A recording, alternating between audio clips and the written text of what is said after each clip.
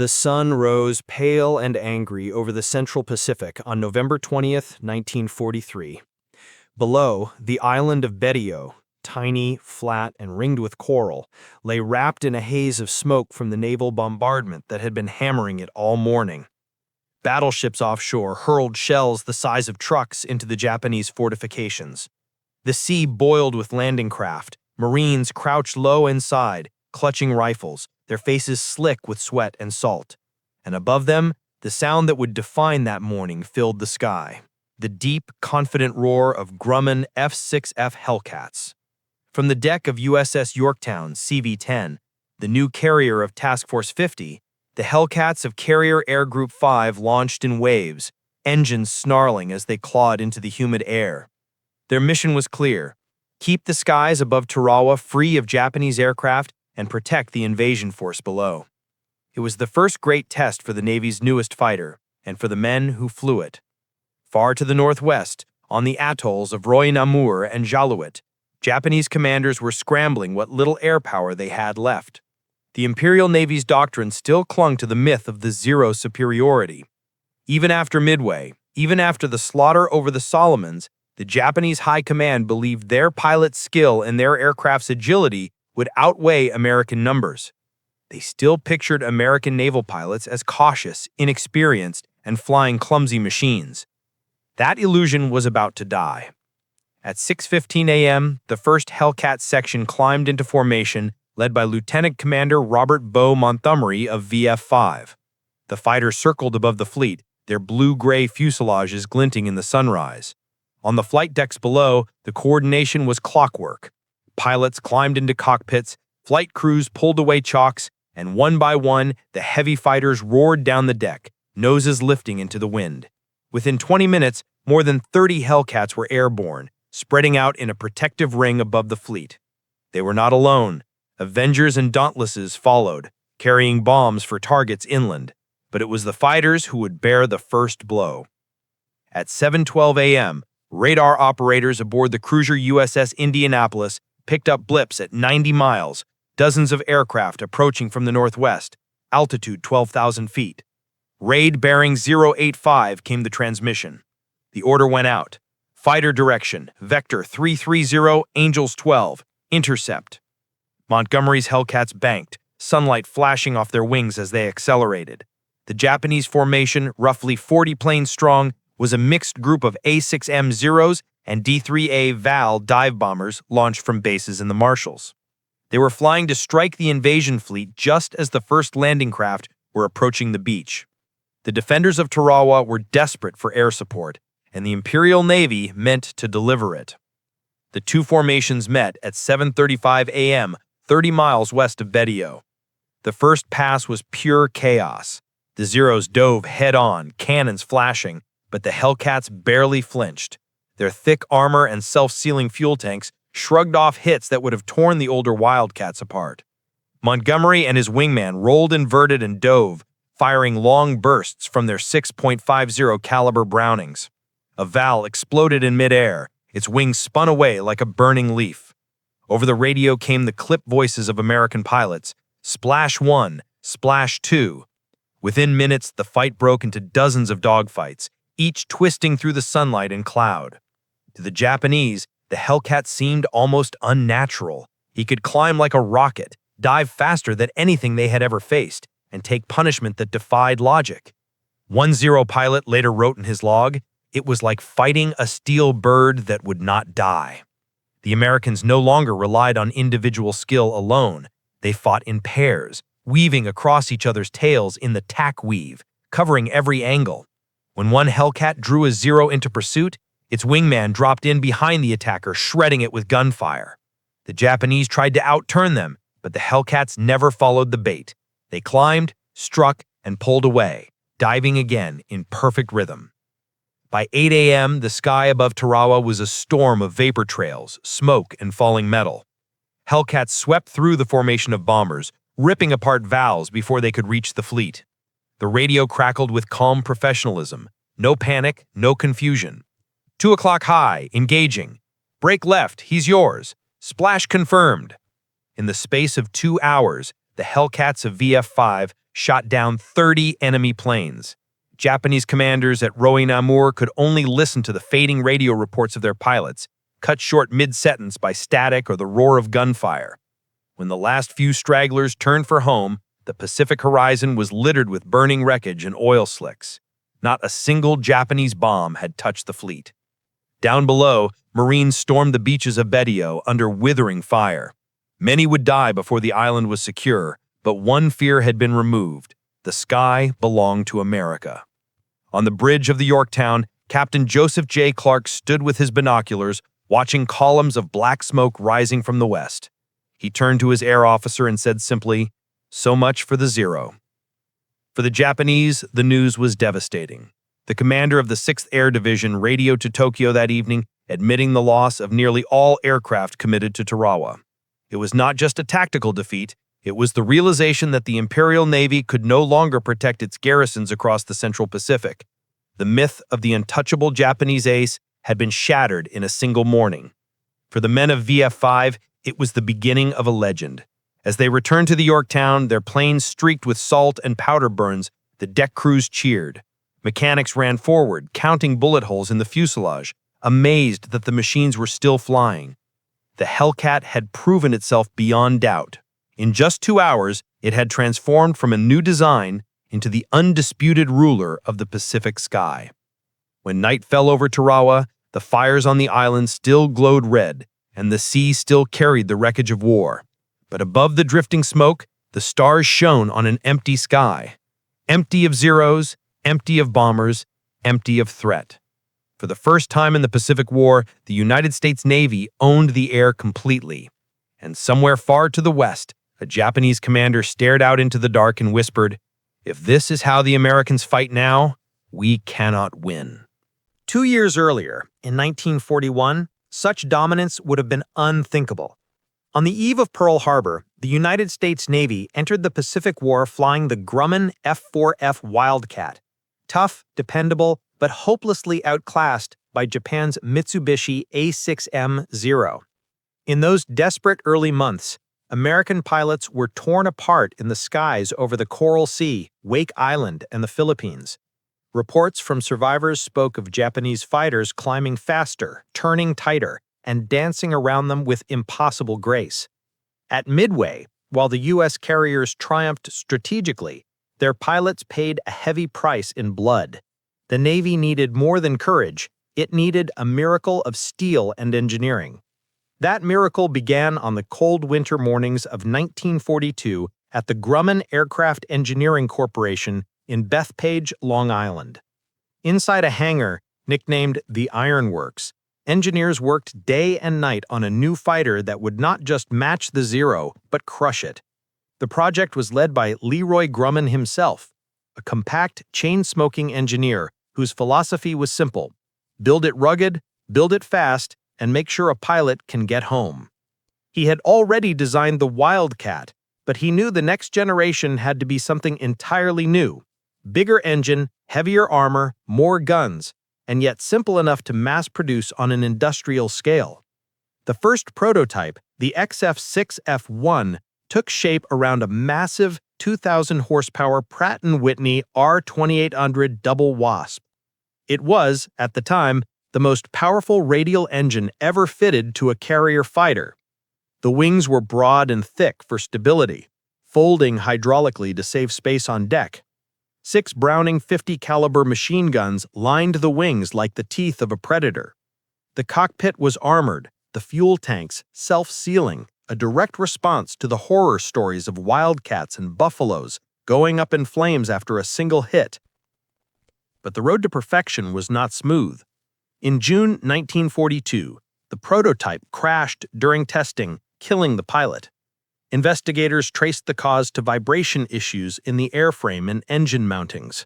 The failure could have killed the program, but Grumman refused to stop. Within weeks, engineers redesigned the fuselage, strengthened the wings, and modified the cowling to better cool the powerful engine. When the improved XF6F6-3 rolled out in July, it was a different beast entirely. The Navy sent its best test pilots to Bethpage to push the machine to its limits. Among them was Lieutenant Commander Butch O'Hare, the Navy's first ace and Medal of Honor recipient. After his first flight, O'Hare landed, pulled off his goggles, and told the engineers, "Gentlemen, this is the fighter that will win the Pacific." He wasn't exaggerating. The new fighter could climb at 3,500 feet per minute, reach over 370 miles per hour, and still stay stable during takeoff and landing.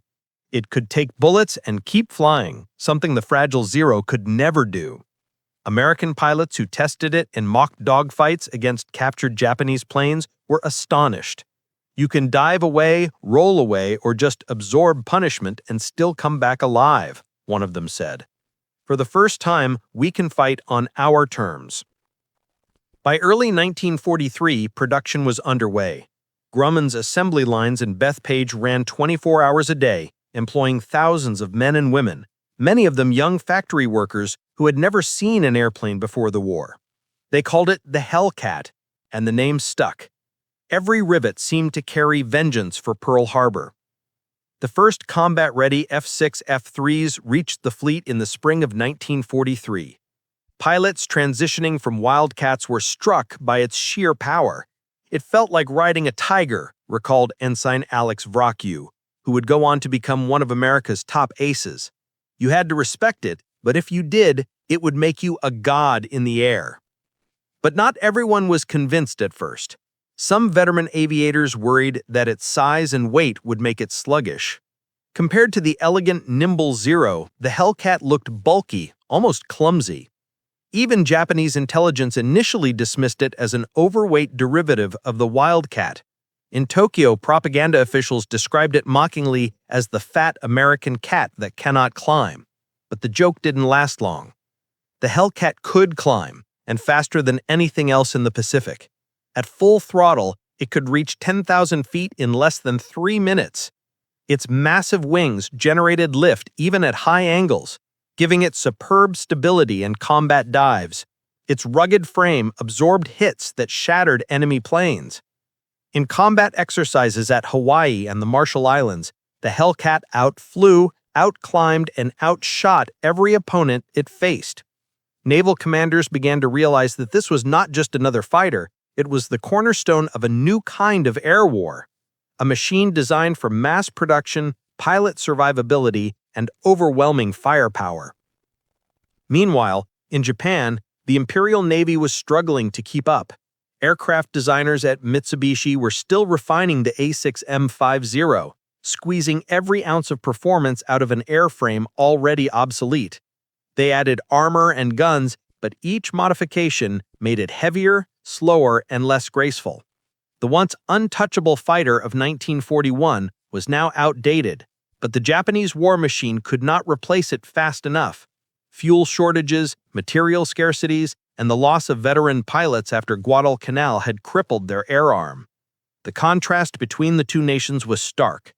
In America, production surged. In Japan, decline accelerated. For every Zero built, the U.S. produced 5 Hellcats. For every trained Japanese pilot, the U.S. graduated 10. The industrial might of the United States was beginning to eclipse everything the Japanese Empire could throw into the sky. By the time the Yorktown launched her Hellcats toward Tarawa in November 1943, the outcome of the air war had already been written in metal and sweat. What remained was the proof. And on that morning, when 30 Japanese aircraft fell flaming into the Pacific, the proof came fast and clear. For the pilots who flew the Hellcat, it was vindication. The machine had lived up to its promise. For the Japanese commanders watching from distant outposts, it was a warning. The era of the Zero was over. The new ruler of the Pacific sky had arrived, and it bore the mark of a blue cat with the heart of an iron giant.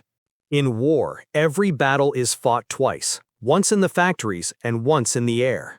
By late 1943, that truth defined the Pacific. The Grumman F-6F Hellcat was not just another airplane. It was the embodiment of American engineering, mass production, and industrial adaptability. Every bolt, every cable, every rivet was part of a machine built to outlast the enemy's best. The Japanese Mitsubishi A6M0, on the other hand, was the opposite. A masterpiece of pre-war craftsmanship and design philosophy, but trapped by its own perfection. To understand why the Hellcat won the Pacific sky, one must understand what it was built to overcome. The Zero had ruled the air since 1941, a marvel of agility and range. When it first appeared over China and later at Pearl Harbor, Allied pilots were stunned by its turning ability and long range, 1,500 miles on a single tank, nearly twice that of any U.S. fighter. Its lightweight frame made it capable of breathtaking maneuvers at low speeds. Japanese pilots, trained in precision and discipline, turned the Zero into a weapon of surgical lethality. But the brilliance of its design was also its curse. The Zero achieved its range and agility by sacrificing everything else: armor, self-sealing fuel tanks, and structural resilience. It was a blade sharpened too fine. It could cut deep, but it would shatter under strain. The Hellcat was built from the opposite philosophy. Grumman engineers believed survival equaled victory. They designed an aircraft that could take hits and keep flying, because every pilot who returned could fight again tomorrow. It had armor plating around the cockpit, thick bulletproof glass, and fuel tanks lined with rubber bladders that sealed automatically when punctured.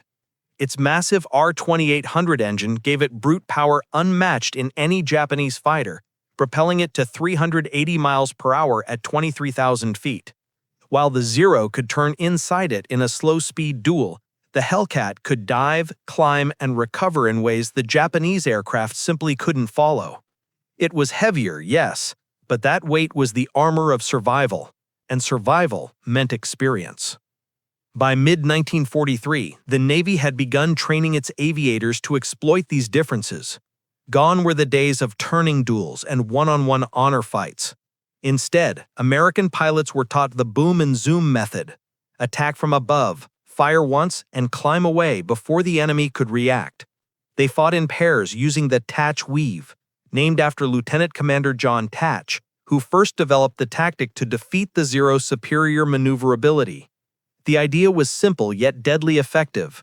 Two Hellcats flying parallel would weave back and forth, crossing paths, so that if one was pursued, the other could fire on the attacker.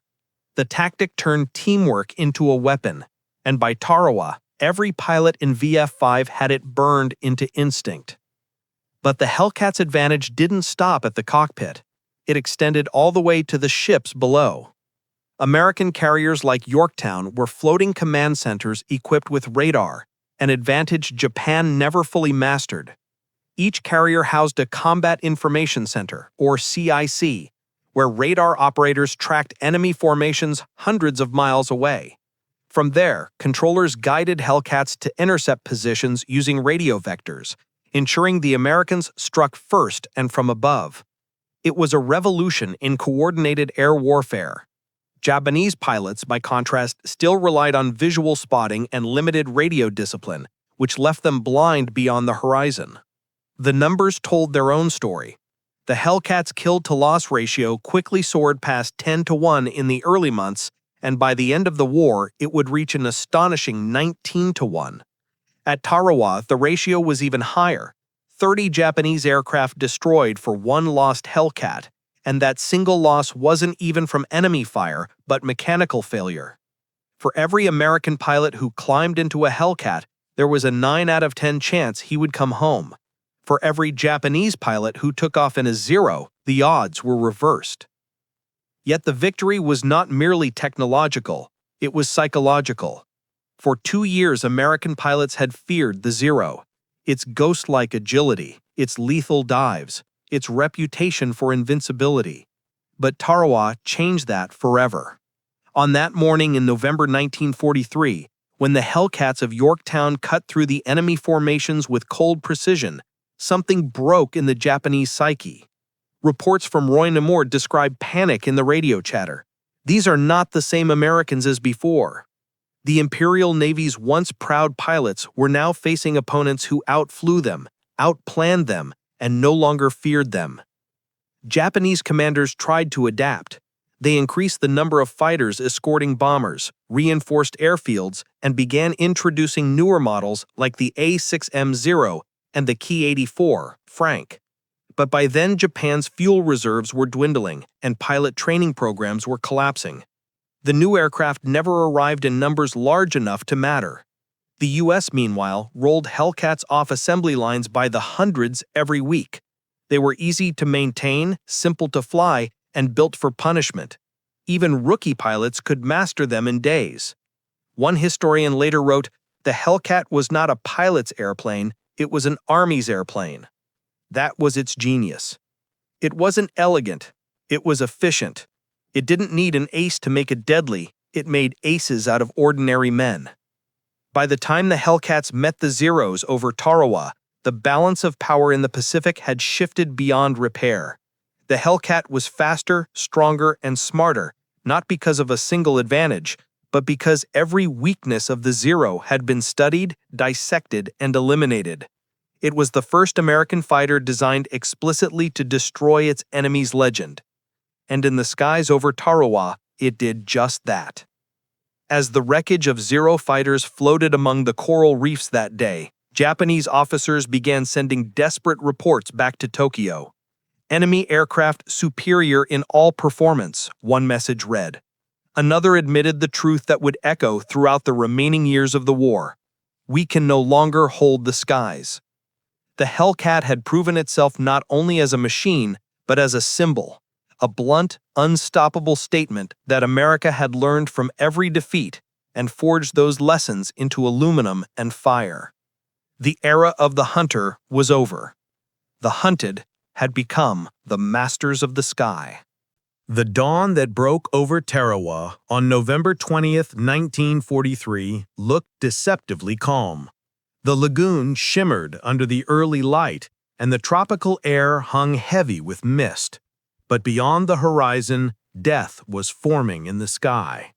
From the decks of the Yorktown, Essex, and Bunker Hill, squadrons of Hellcats idled in perfect formation, engines rumbling like restrained thunder.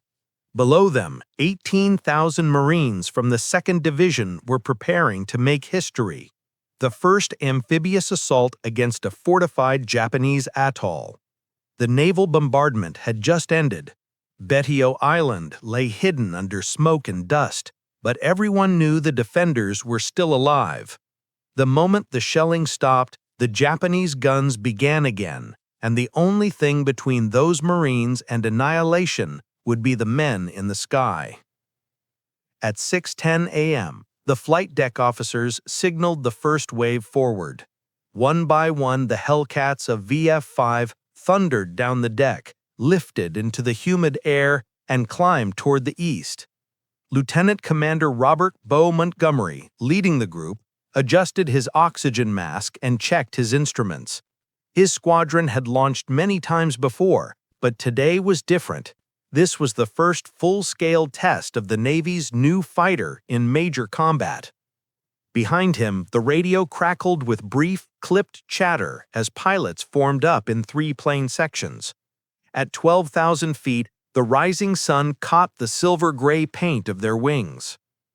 At 7:12 a.m., the calm broke. The radar team aboard the cruiser Indianapolis picked up a fast-moving group approaching from the northwest. 40 blips, range 90 miles. The message came through the CIC on Yorktown. Enemy formation inbound, bearing 085, Angels 12, intercept. Montgomery's voice came over the radio, steady and sharp. VF-5, Vector 330, let's go hunting. The Hellcats climbed as one, throttles wide open, the R-2800 engines screaming with power.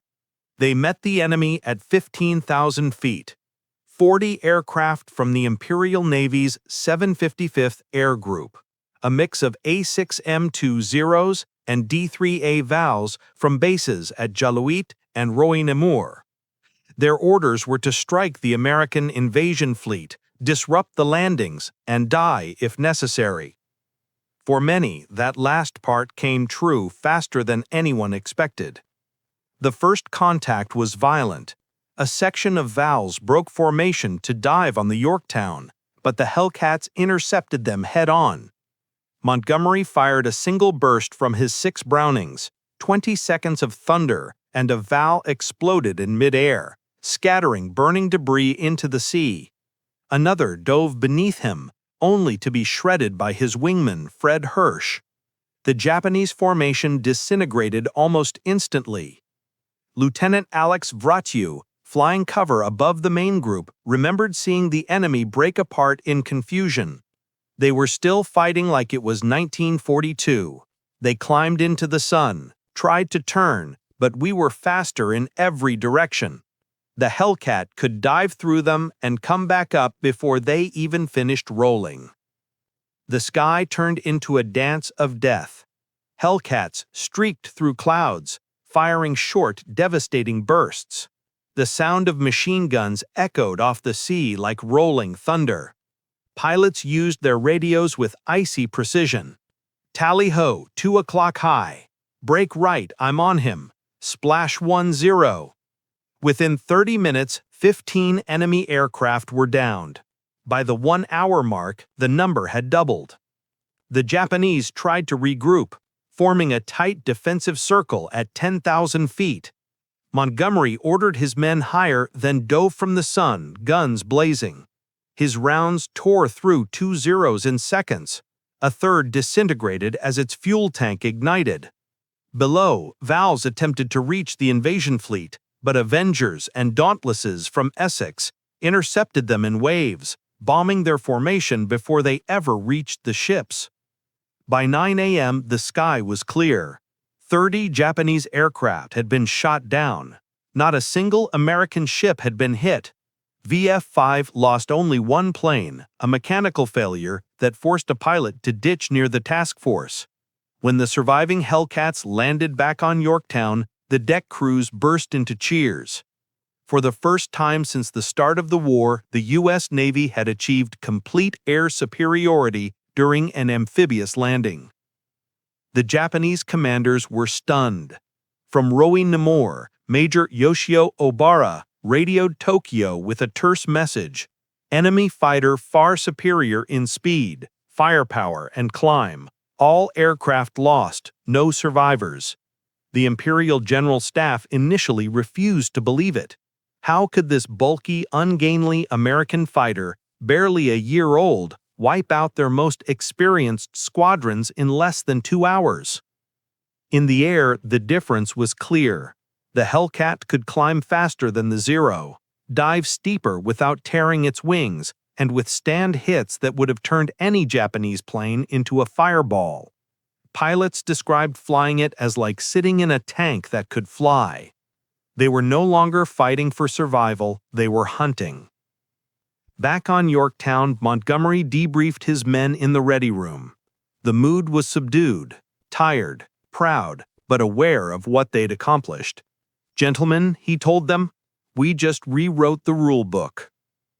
That same morning, hundreds of Marines hit the beaches of Betio, wading through chest-deep water under murderous fire.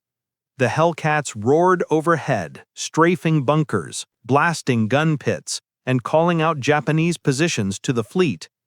"You could feel safer knowing they were up there," one Marine later recalled.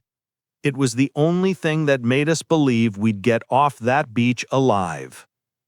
By the end of the day, the 2nd Marine Division held a fragile foothold on Tarawa.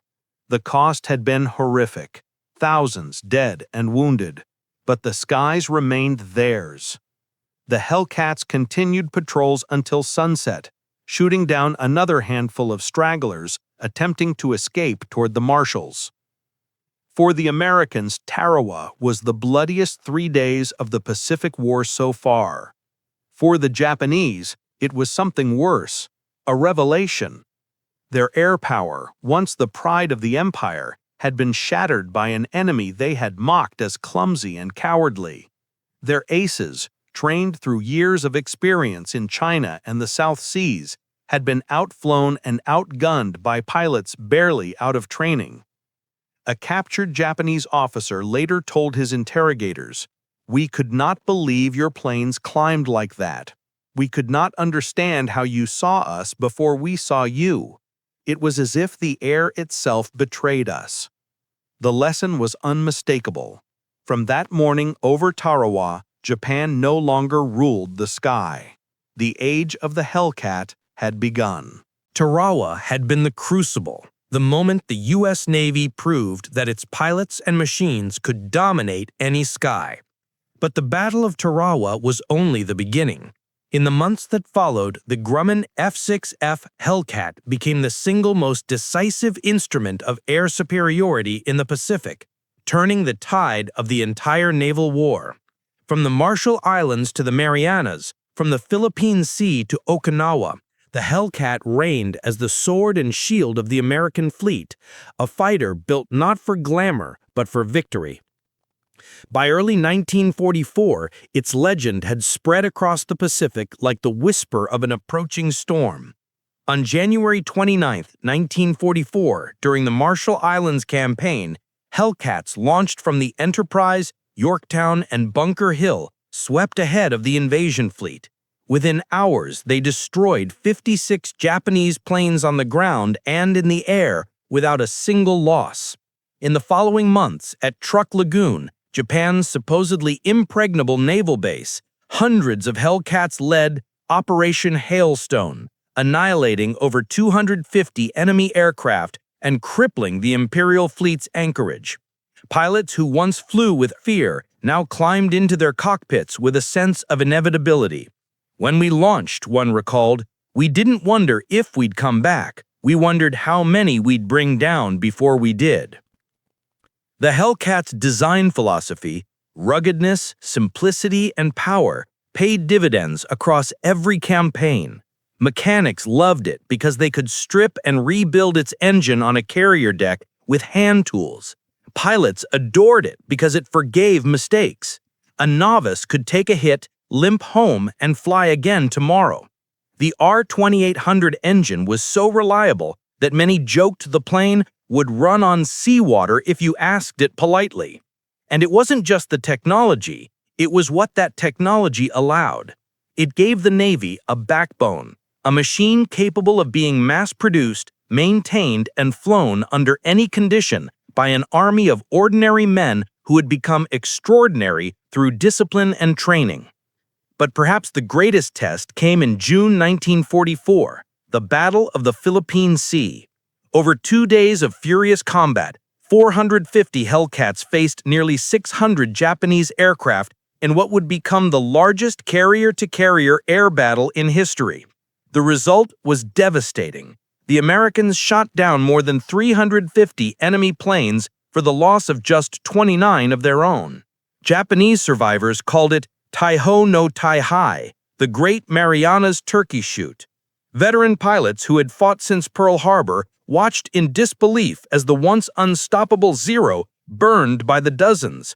Lieutenant Commander David McCampbell, flying his Hellcat Mincy III, downed 7 planes in a single sortie and 9 more later that day, a record that would stand for decades. After the battle, U.S. sailors painted kill marks on the fuselages of their aircraft and quietly realized something profound. The air war in the Pacific was over. The Hellcat had become more than a fighter. It was the physical manifestation of a nation's industrial power, its tactical evolution, and its unbreakable will. It was the machine that made the U.S. Navy truly global, projecting force from floating cities that could strike anywhere. By the end of 1944, the Imperial Japanese Navy had virtually ceased to exist as an aerial power. Its last surviving aircraft were often flown by inexperienced cadets on one-way missions, the kamikazes, and even then it was usually the Hellcats that intercepted them before they ever reached the fleet. Yet victory came with a quiet respect for the enemy it had defeated. Many Hellcat pilots who faced the Zero later spoke of admiration for its grace and for the courage of the men who flew it. They were brave, said McCampbell, but bravery without armor is just tragedy. That sentiment defined the difference between Japan's fading past and America's industrial future. When Japan finally surrendered in August 1945, the Hellcats' record was unmatched. 5,156 enemy aircraft destroyed, 75% of all kills made by U.S. Navy fighters during the war for only 270 combat losses. No fighter before or since had achieved such dominance. It had turned the tide not with innovation alone, but with consistency, reliability, and numbers.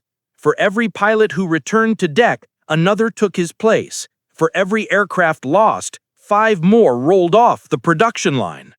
After the war, hundreds of Hellcats continued to serve across the globe, in the reserves, the Royal Navy's Fleet Air Arm, and the French Aero Naval. They trained new generations of pilots who would one day fly jet fighters. But the spirit of the Hellcat, that combination of toughness and humility, remained alive in every design that followed, from the F-9F Panther to the F-14 Tomcat. Each bore the legacy of the ironworks and the philosophy that wars are won not by perfection, but by persistence. Strategically, the Hellcat had done more than win air battles. It had transformed naval doctrine. Before its arrival, aircraft carriers were still considered vulnerable, their air wings secondary to battleships. By 1945, that notion was dead. The Hellcat had proven that air power ruled the seas, that victory belonged to whoever controlled the sky above the horizon. The U.S. Navy's dominance in the post-war world, from Korea to the Persian Gulf, was born in those years when Hellcats flew endless circles over the Pacific, shielding fleets, striking islands, and never losing control of the air. In the words of Admiral Chester Nimitz, reflecting on the war years later, "The Hellcat gave us the sky, the Marines took the ground, the fleet held the sea, but the Hellcat made it all possible." Today, a few of these blue-gray warriors still fly, their engines rumbling like ghosts of thunder over air shows and memorials. When they climb into the sky, the sound echoes across decades, a reminder of the generation that built them, the pilots who flew them, and the enemies who once underestimated them. The Hellcat had no sleek mystique, no polished silhouette. It was a brute, a hammer forged from steel and sweat. But it was the hammer that broke an empire's wings.